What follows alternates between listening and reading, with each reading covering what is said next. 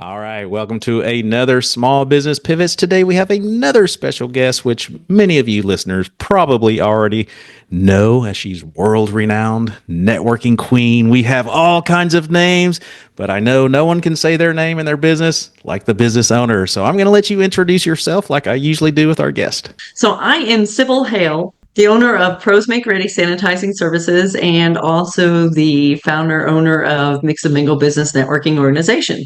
So I do a lot of different things. I love people.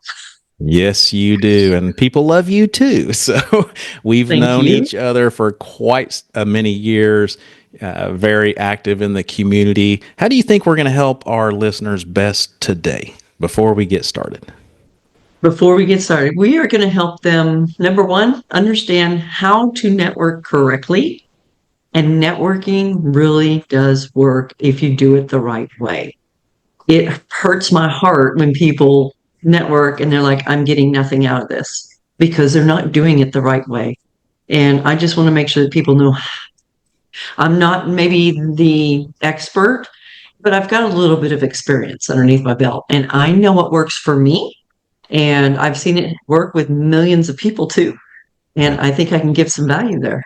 Absolutely. Well, I'm looking forward to it, as I know our listeners are as well. But let's introduce the show real quick and we'll be right back.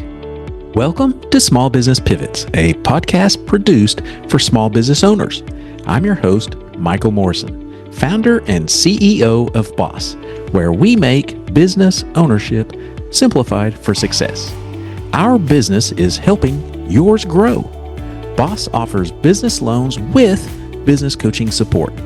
Apply in minutes and get approved and funded in as little as 24 to 48 hours at businessownershipsimplified.com. All right, welcome back to Small Business Pivots. Sybil, where would you like to start? Well, let me start here. A lot of people don't know your upbringing. We see you in the community a lot. You're very active, philanthropic, all that good stuff. But tell us a little bit about your background that people may not know. Okay, well, let's start at birth. I'm from California. All right.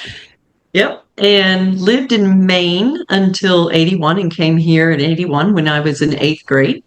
It was a huge culture shock for me coming from Maine. And the school I went to was Harding Middle School. And then from there, I went to Northeast High School. I think that really developed me a lot because it was multicultural.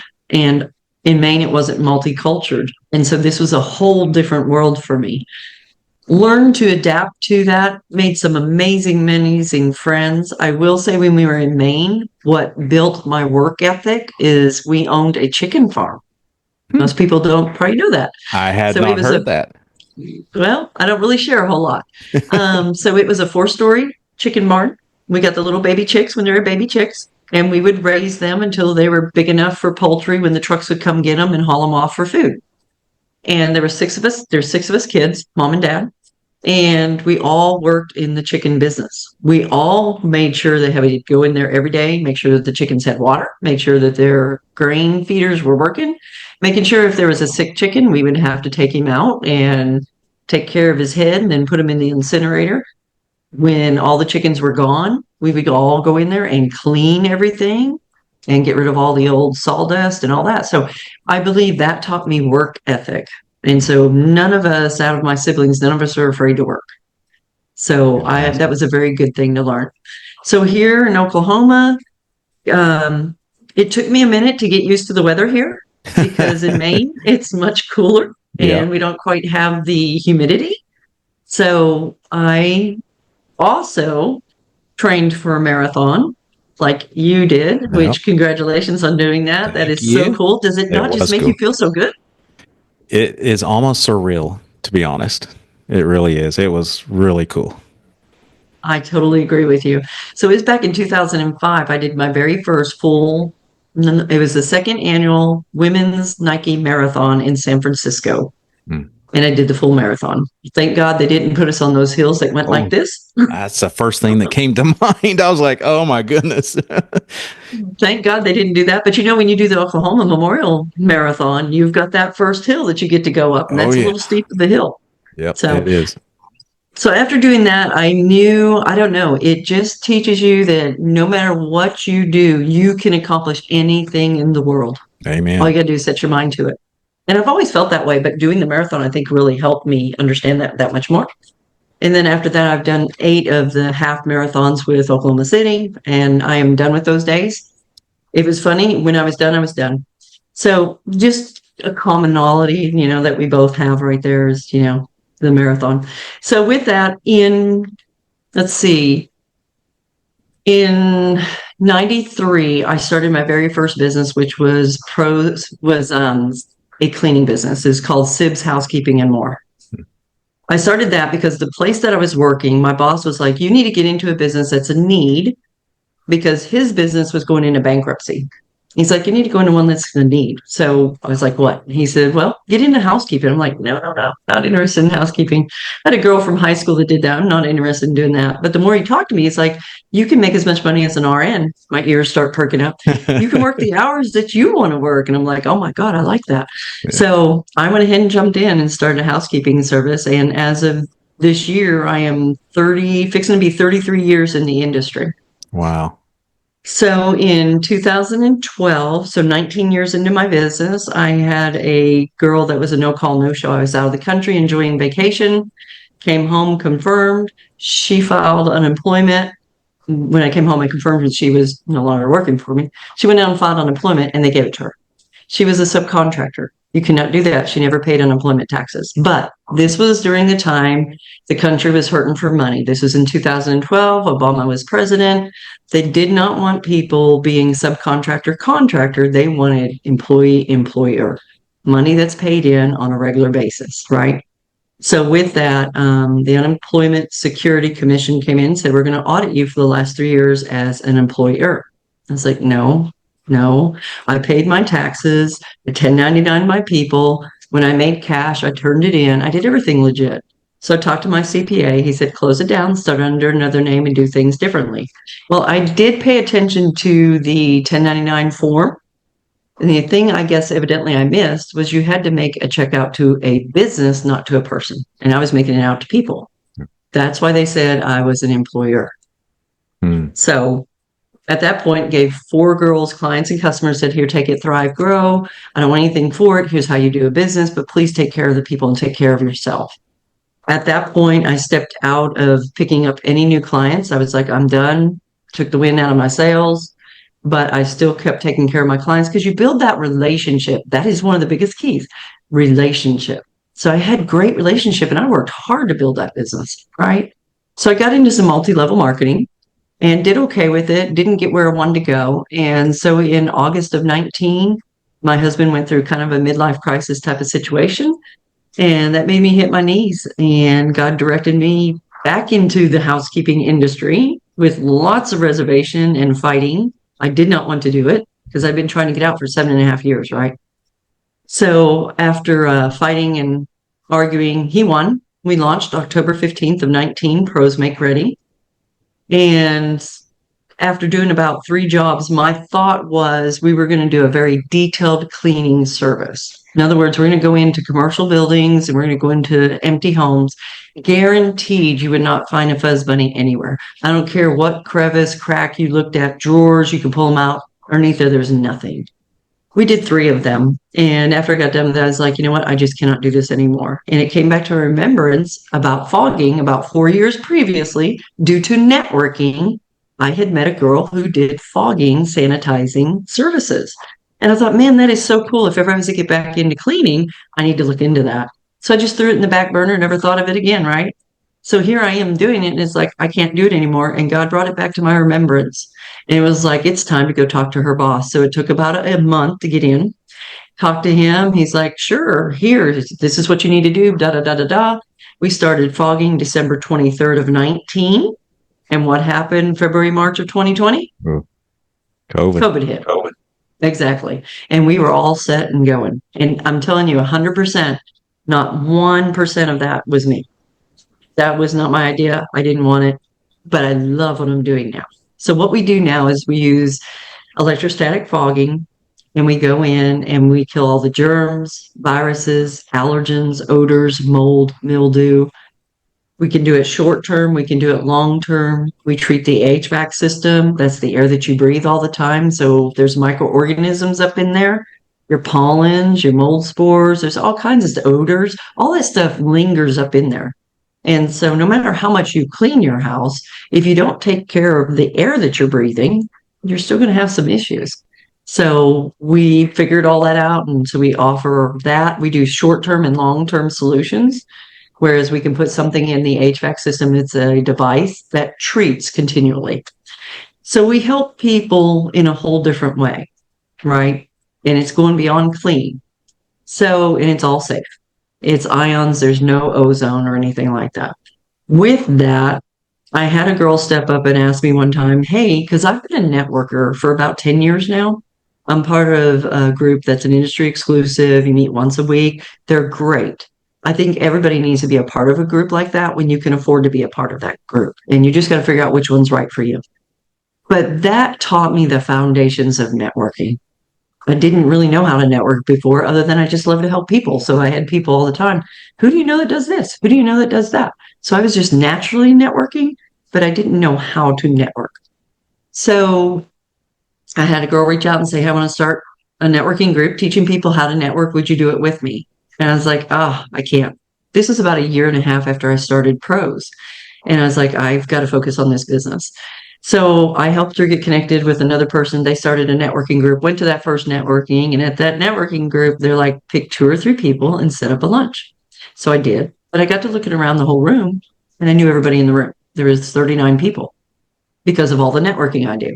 And this, so I went around and just told them, hey, we're going to go have our lunch over at this one place. You're more than welcome to join us if you want. I didn't know if anybody would show up. I knew the 2 people that I set a lunch with would. 38 people showed up for lunch. Wow. Talk about blown away. I'm coming off of multi-level marketing, which is a very hard thing to do. You've got to work really hard. Any business is hard to do, right? No business is easy. It takes work and effort. And when 38 people showed up, it was a very emotional thing for me because it was hard to get people to come to things. And I had 38 people show up. So number one, we changed that business that day. Everybody bought lunch. Can you imagine what it did for that business? That's over $400 or more for lunch that day. And that's at a very low amount, right? So we're all in the room and it was like, do you see the power in this room? We have to go around and do a 1 minute, find out who's here. So we did. When we got done, everybody's like, are you going to do this again? I'm like, well, I don't know. Would you come? And they're like, yeah. I'm like, okay. They're like, how about next week? I'm like, no, no, we can do it maybe once a month. And that's how Mix and Mingle started. So this was March 18th of 21. It never fell below 38 people. And it just started growing and growing. And I contribute that to a couple things. Number one, I believe it's a God thing again. I believe God works in our lives if we allow him to. And I think I was just an open vessel. And I was willing to do it. Do I like getting in front of people? No.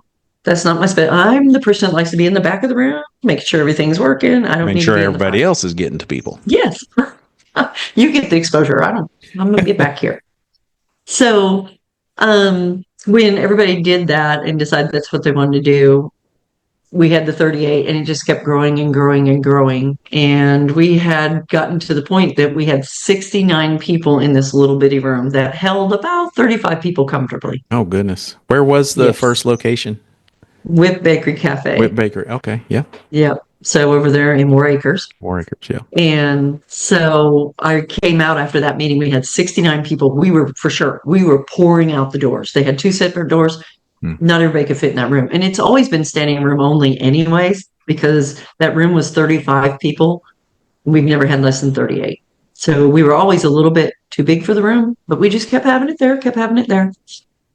So 39 people. And I talked to Kim, who was the owner at the time. I said, Kim, as you notice, we've outgrown your place. We're going to have to go do something different. She said, nope. We don't want you to leave. You can go ahead and take over the whole restaurant and we'll put our regular clientele in the room. I'm like, okay, cool. Then we had 70. And then we had 71. It's like, we're going to have to limit how many people come. And I don't want to limit it because it's too good of a thing. And there was 2 ladies from Midwest City that reached out and said, hey, we would like to start something like what you're doing here in Midwest City. Could you teach us? And I was like, sure. So the third time that we talked about it, I said, you know what? Would you all just like to be a mix and mingle? I said, we have this huge following. It's getting bigger and bigger and bigger. I don't want to have to limit how many people come. And if you start something there, people are going to come over there too. And that's going to grow your group much faster. And that's going to help reduce a little bit on our numbers. So we'll still be able to fit in our room. And they did. And then we had people, and it was successful. Then we had people in Edmond reach out and say, hey, we want to start one here. And then Southside, and then Yukon.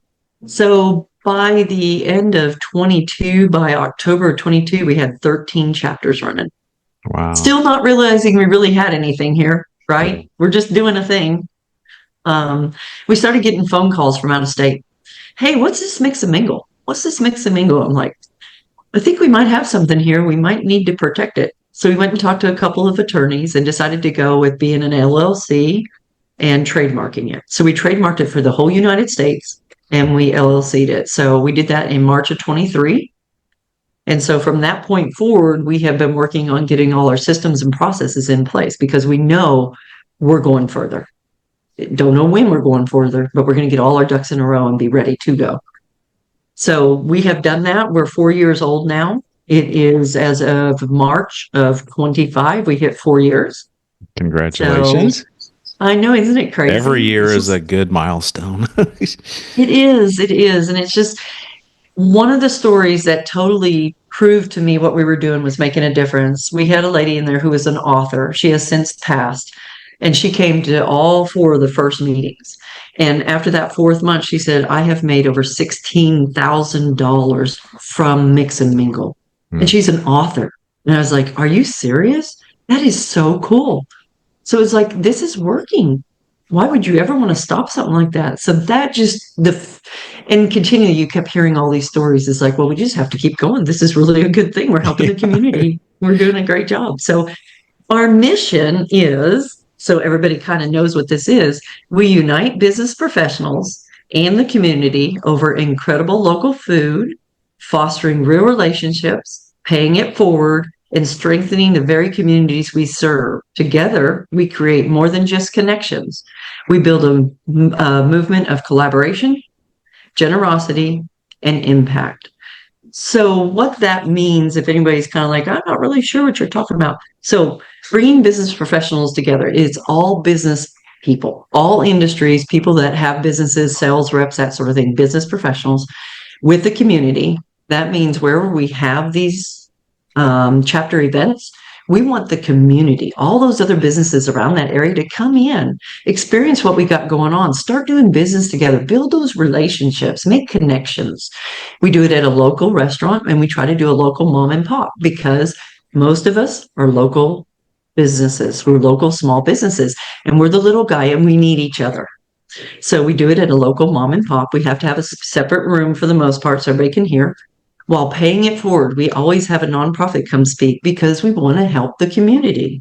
Give, pay it forward, giving to the community while building stronger communities. The purpose of that is when you come together and you're doing business together, it makes a strong community. And that's what we want to see happen in every location that we go to. So my heart is, I would love to see us be in every town, every city, every state.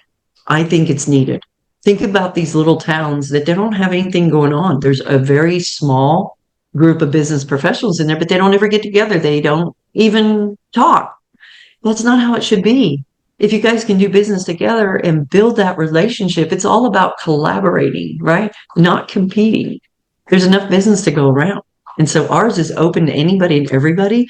It's not industry exclusive. We've done it where we've even had 6 realtors in the room. And it's fun. It is, hey, I'm a realtor too, but my niche market is this. Yes, you might all do the same things, but you can all talk about something different to let people know that this is another thing that I do. And it has just been super successful and fun and educational. It's just been good. Just been so good. Well, I've attended quite a few of them and have really enjoyed them and see the value in them. And you're right, they are fun. They're different. We do business coaching, business loans. There's been other bankers, business loan people, business coaches, and we've had connection meetings and we found out that we do a different type of coaching, so, but we help each other, I often say that sometimes your biggest asset or advocate is someone within your industry, right? Because you can learn together. Like you said, there's more than enough business to go around. Well, you've talked about the history, and that is an inspiring story. That's exciting. Can't wait to see where it goes. But you've got a lot of things you do. You own a business. You're getting this off the ground, which it's off the ground already, but you're taking it further places. You're philanthropic throughout the community. How do you balance all that? Did you say balance? How do you integrate all that? How do you make it all work? How about that? I don't think there's such a word as balance. Well, everybody keeps saying this work-life balance. I'm still trying to figure it out. That's why I asked you. But yeah, no, I like to say work-life integration. But how do you do all that effectively? I feel like when you are in your element, it's not work. It is fun. It fills your soul. You enjoy it. And that's where I'm at with both of my businesses. I love them both. I am helping people, and that is my heart, is to help people. I just get to do it in different ways. It makes me so happy to hear testimonies of what connecting people has done. That really makes my day. I love that. And like you said, when we have multiple of the same businesses, you're so right. Having those one-to-ones, which we're going to talk about here in just a second, how powerful that is, because even though they may be a competitor of yours, they may do something that you're not able to do, and you can be great referral partners. But the only way you're going to find that out is by having a one-to-one. And what I mean by a one-to-one is a coffee date, a lunch date. It's where you sit down, and it's an intentional time. It's not a sales appointment. And that's where I think a lot of people go wrong. They think, oh my goodness, I sell this. Will you buy this from me? Here's my slideshow. This is what I do. No, that's not what a one-to-one's for. Now, you can set up a one-to-one to do that if you want to, but to get to know somebody the first time, you will turn them off so fast, because it's about getting to know, like, and trust one another, right? Who are you? Where do you come from? Why are you the person that you are? What drove you into what you're doing now? It has helped me immensely understand people, believe it or not. And it may seem unbelievable, but maybe not. I used to have a chip on my shoulder. I really did. And I don't anymore, because those one-to-ones have taught me so much about people. Everybody's got a story. Everybody's got issues. We all are messed up. Every one of us are messed up. We all have issues. But when you have that one-to-one, you really get to know that person. And when you get to know them, it's like you have grace. You have grace for why they are the way they are. That's so important, because we live in a world that we're so judgmental. And, we don't want to have patience. It's not okay for us to think differently. It's okay. It's okay. Everybody has a right to their opinion, and we shouldn't give people a hard time for their opinion. If you believe this way, that's your choice. I believe this way. It's my choice, and it's okay. We don't have to agree. We can agree to disagree, but we can still be friends, right? So, one-to-one.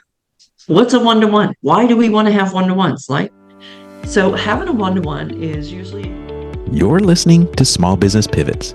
This podcast is produced by my company, Boss. Our business is helping yours grow. Boss offers business loans with business coaching support. Apply in minutes and get approved and funded in as little as 24 to 48 hours at businessownershipsimplified.com. If you're enjoying this podcast, don't forget to hit the subscribe button and share it as well. Now let's get back to our special guest. What's a one-to-one? Why do we want to have one-to-ones? So having a one-to-one is usually, for me, it's about an hour meeting. I sit down and I have coffee, but I start out with, like I said, who are you? I want to know about you. Yes, if we get a chance, we'll get to the business, but first, build that relationship. I really want to know you. Then, if we have enough time, which usually we do, we get into why you. Out of all the people that do what you do, because there's other people that do the things that all of us do for the most part, why pick you? What is it about you that's unique and different? Secondly, who's your ideal client? Who do you need to be connected to? Who do you want to do business with that just thrills your heart? Now, if you say everybody, guess what? There is no everybody. Right. So you need to be specific. So specifically, who is that? Yes, there's nothing wrong with doing business with everybody, right? But you need to be specific. And then the last one is, who's your ideal referral partner, right? Who is it that brings you business that you can connect with, that you guys can be referring off of each other? That is huge. And truly, if you'll really do that when you have a one-to-one and you're purposeful, you really will do it, your business will thrive, guaranteed. And I'm telling you, if you're doing it that way and it's not working for you, I would love to talk to you, because I would love to sit down and help figure out why it's not working for you, because we're all in business to grow and thrive, not to stay still, because that's why the doors close. And it doesn't have to be that way. Yeah. Well, I know. Let's back up just a Okay. tidbit here. Uh, for those that are introverts, which, believe it or not, are most people, I believe the last statistics I saw were over 70% are actually introverts. So even those that appear to have the floor and things, they might be shaking in their boots inside. But for those that are introverts, what can they do to come to a mix and mingle, a room of 30, 40, 80 people, and get involved to get to that connection meeting? Because I know a lot of people are still new to networking. Right. Well, and that's great. We need every type of person. I think one of the biggest things is any networking that you go do, go with a buddy. If you are an introvert, go with a buddy, or have a buddy there that you're going to meet, somebody that's a friend, that when you walk in the room, you can go over to that friend, because that puts your heart at ease. It's like, oh, I'm Yeah. not standing here in the corner and don't know anybody and nobody's being friendly and talking to me. This way you go over to that person, and that person already knows you. They know what you do. And it's like, who in this room do I need to be connected to? And at that point, that person can take you around and get you connected to a couple of the people. And a lot of times you start the conversation, you connect them, and then it's like, I'm going to step out for a minute. I'm going to go over here.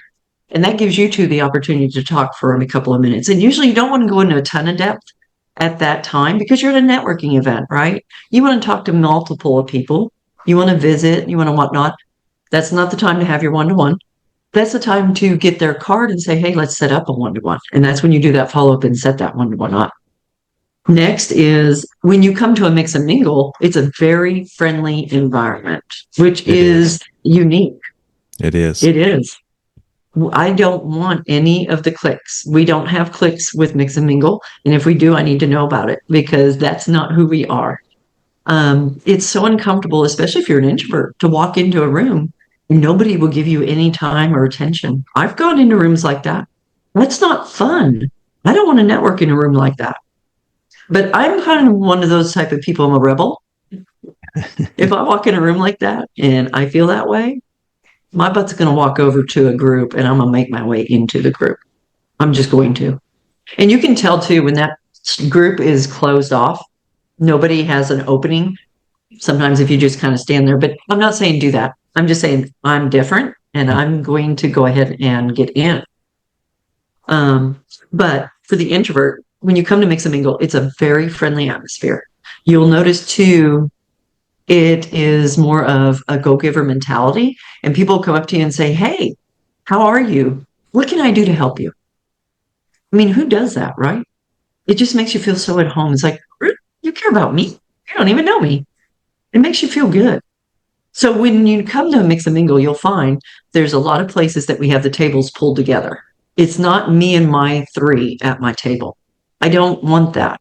That's not what networking is. Networking is talking to other people. So when you bring them together, like in a family atmosphere, then you can talk to other people at the table that you have no clue. You've never met them before. Or maybe you have, but you never really had a conversation. Now you have that opportunity. Does that help? Absolutely. Absolutely. So we've gone from the, first of all, showing up, to be effective in networking, you have to show up first. You gave some great tips. Asking for the one-to-one, the connection meeting, meetup, that's another term that's used often. We've talked about what goes on in that connection meeting. What about after that? How do you, for those that aren't used to networking and kind of building those relationships, what kind of insights do you have for the after the one-to-one? So you're not annoying, because I know some people, they feel like, I don't want to annoy them. Okay. So whenever I do, a lot of times when we finish up, I don't usually get it depends on who I'm networking with. Some people are very experienced and that you will get to talk about yourself more. When it's a new person that doesn't really network, they really don't know that you want to talk about both of you when you have a one-to-one. So at the end, I usually say, since we didn't get much of a chance to talk about what I do, I want you to know what I do. So do you care if I send you an email? It's going to be bullet point who we are, what we do, how it works. I've got 2 videos on there, total of 4 minutes, 2 minutes on each video. Will you take 4 minutes out of your time and watch those 2 videos? And then they'll usually always say yes. I said, and then I'm going to reach back out to you if it's okay with you in about 3 days and just touch base and see what you thought of what you've seen. And maybe somebody will come to mind that maybe we can help. But then you need to make sure you do your follow-up, right? If you don't do your follow-up, it's just like school time, right? You did your schoolwork. Did you turn it in? Well, what's the sense of doing the schoolwork if you don't turn it in? Same thing with if you set up a one-to-one and you have that follow-up. You set it up, make sure you do it. And that's one of the hardest things is having the time to do your follow-up. So how do you do that? You put it on your calendar. You put it on your calendar and you live by your calendar. I do. Side thought. Many of you guys know I took a trip last year and left my planner on the plane. Uh-oh. It was so lost. I bet. It was awful. Oh. I lived by my calendar. Yeah. And all I remembered was what that Monday was. I didn't know what the rest of the 2 weeks was. And I couldn't get my calendar. It took over a month to get my calendar back. Thank God I got it back. Yeah. That's worse than losing your keys or your phone. What do I do? It was my life. It's my whole life. Yeah. And for those that don't have a planner, what I do, just another insight, because there's different ways to do it, is I put them in my CRM. So I create a pipeline of networking referrals, or I have different groups. And so I'll put them in there to keep me on task of like what the next step is, to remind me, hey, it's Friday, you need to call or email so and so. You can do that too. A lot of people don't know in their CRMs you can create different pipelines, and so that's another idea for those that like the tech side of it. So once we've gone to a meeting, I'm kind of going backwards because I forgot this part. I can see people in the room when they have to get up and talk about themselves. So let's say you got the 30 seconds, 45. I can see people like, what do I say? What do I do? What's the best tips for that? To introduce yourself in that short of amount of time so that you catch the interest of others. Well, you really want to have a hook or something like that. But I tell people when they come in, because there's people, 25% of the people that come at each one of the meetings are brand new, that have never been to a Mix and Mingle. So you can tell because their eyes are like huge. They're like, oh my God, what did I walk in here? What is this? So I just tell them, just be prepared to share who you are, what you do, and what you're looking for. That's all you have time for, right? So for more experienced people that do it all the time, having a hook is really important. And that could be asking a question. It could be stating a fact, giving a percentages of different things, right? Like you were mentioning how many people, percentage wise that were introverts, something like that people are like, oh, because you get their attention. You want to do something to get their attention. And 30 seconds is very, very fast. At our meetings, it's never more than a minute unless you are a business sponsor. So you just don't have a lot of time, but really a hook of some sort, pull them in, something they can relate to. You've now created several businesses, but 2 currently. What would you say is some good business advice that you've learned that's been applicable to both of your businesses? Because you read your mission statement earlier, and you talked about processes when you expand Mix and Mingle. Even though this is a networking group, you're still treating it like a business. So what are some business insights you can help people with? Well, this is something that Mr. Michael Morrison has always said. Who? Exactly. I don't know that guy. Yeah, right. Well, we've known each other a long time. And I remember the first time that we sat down, and I love the fact that you're one of those coaches that you were in the field and you've experienced it. We don't all succeed at everything we do. We fail at different things that we do. And really, people want to know that. But one of the biggest things you said was you need to have your systems and processes in place. You can't, it's not a sellable company if you don't. It is, but you're not going to make any money. And you're going to be everywhere if you don't have those in place. So, like you said, a CRM, oh my gosh, what a lifesaver to have all that information in there. There's so many different things you can do with that. Email campaign, you got track of all your people. Every time you talk to them, that information's in there. Every time you email them, all that's in there. I mean, that's so powerful because there's not one of us that can remember all of that. And then knowing the steps to take with that. What is your process? So, like we mentioned, the one-to-one. So you set up the one-to-one. I always make sure that I text them the day before or that day earlier to double confirm that we're still meeting and where we're meeting. And I put ... and everybody responds back to me. If they do not respond back to me within an hour before the meeting, I will call them and make sure, because none of us have time to waste, right? Your time's super valuable. My time's super valuable. Let's make sure we utilize it wisely. So by having these systems in place, I don't have the no-shows, right? And if something needs to be rescheduled, we can reschedule, but I haven't already headed that way to do so. So that's just one of the things. But then also you've got your follow-up, right? So how do you keep track of your follow-up? Well, you put it in your CRM that sends you a task, or you put it in your notebook. I've got a notebook that I still use paper. It works well for me. I like to check things off. I want to, everybody's different, right? Yeah, but it's still a system. It is. And so for me, I have it immediately. I put it in my planner, and that way I know. So that's how I keep track of stuff. So I know when to do the follow-up, and then I just have to block my time to make sure those things happen. Does that help?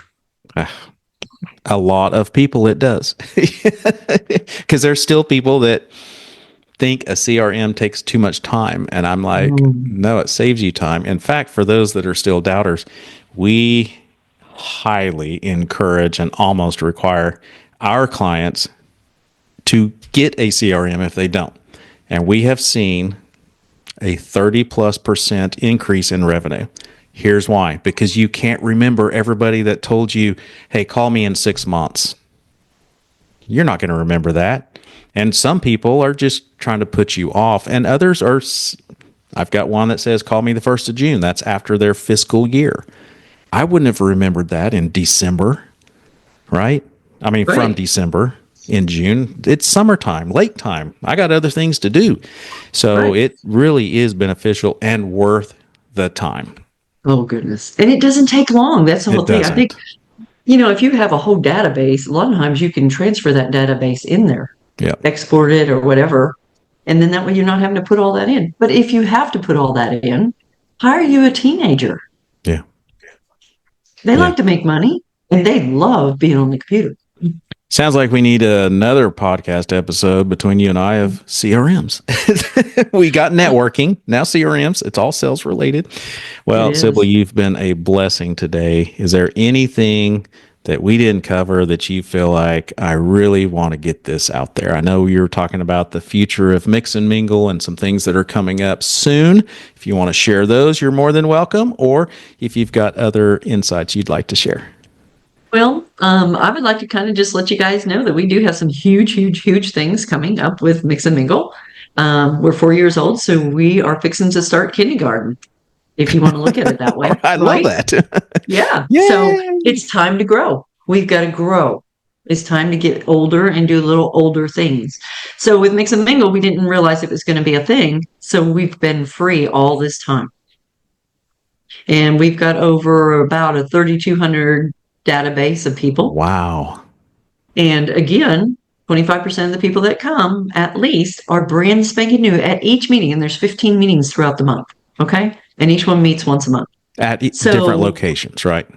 Yep. 15 different locations. But every month, we got one at Papadillo's the third Monday of every month. And we did that on purpose because that makes it a lot easier. So starting August 1st is when we're going to put it into action, but we are introducing it to everybody as of May 15th. We are offering a membership opportunity. And I am super excited about this because that is the next level. And at that next level, we have so many more things for you. So we're going to have, just so you know ahead of time, Well, hang we've on. got a, Can I? yeah. Oh, you're fine. Yeah. I know. Okay. Like So going to the next level, because you and I have talked about this for a long time. So I'm woo woo, hooray, thank hooray. you. Oh my gosh. Well, it took me 4 years to finally wrap around my mind to make it a paid networking. Prior to that, I've had you and I've had some other people speaking in my life. They're like, you've got to be charging for this. It's like, no, I'm not charging for this. I am not charging for this. But what we have come to find is that people don't understand the value of what we have offered them. When you get that $1 million list, that is truly a $1 million list. Who sends you the list of all the people you're networking with when you go have a lunch? Nobody does that. We do that. We've done that since day one. And we still have people that don't realize what we're giving them. So with that, it's just time. Is there anything really free in this world? No, nothing's free. Everything There costs is, but it money. doesn't last, and it has no value if it's free. Exactly.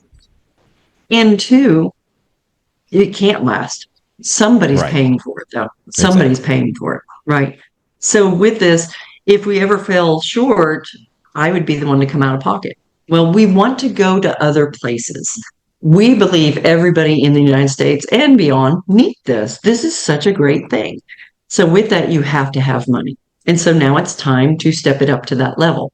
We're still going to have a free level because that's what we started with. So we feel like we need to keep that to keep our culture the same at this point in time. So we're going to have a mingler level, a maximizer level, and a mastermind level with foundership opportunity. Wow. That's Super, exciting. super excited. Yes. So it's still going to hit everybody's needs. It doesn't matter if you're just one of those people that just want to come and network. You're not really interested in building your business. You just want relationship. Come. It's for you. If it's somebody that's like, you know what? I need to grow my business. I've got to take my business to the next level or else I'm not going to have food on my plate. Then it's for you. And then if it's those people that want to be mentors to other people because they have succeeded in their business, they have failed in their business. Every one of us have failed. We have. And a lot of times we always focus on what we've succeeded at. But those failures are so important to share because it lets people know we're real and that it's not been a bed of roses. Everybody that is very successful today, for the most part, they've been through hell and back to get to that point. But a lot of people that don't understand and have never had a business, their look is, you're a business owner, you got it made in the shade. You can take vacation whenever you want. You got all this money. You're doing fine. It's like, do you know the steps I had to take to get to where I am today? Costly lessons. Yes. Yes. And that's why we have gray hair. Right? Or less hair for me. Yep. Well, So, that's exciting. Anything we didn't cover? I not mean, that we I can did a think of, lot but in a short amount of time. Sounds like we might have to do another episode soon. But maybe so. I always end with a question. Okay. If you were in front of an audience of small business owners, different seasons of business, different industries, what's one thing that's applicable for all of them? So it could be a quote, a book, something you've learned that would apply to all of them or that they could take with them. Don't quit. Ooh, yeah. Don't quit. That's one thing my husband, he's always like, don't quit. That's why he was in business as long as he was. For the first 10 years, he didn't make any money. After that is when it finally started kicking in. And the whole thing is, when you decide I'm going to quit, your success could have been right around the corner. Don't quit. Don't quit. Keep pushing through, pushing through. Yes, there is a time sometimes it's like, okay, this is definitely not happening. You kind of know that. But if you're just, I'm tired of pushing so hard, but you've had some success, don't quit.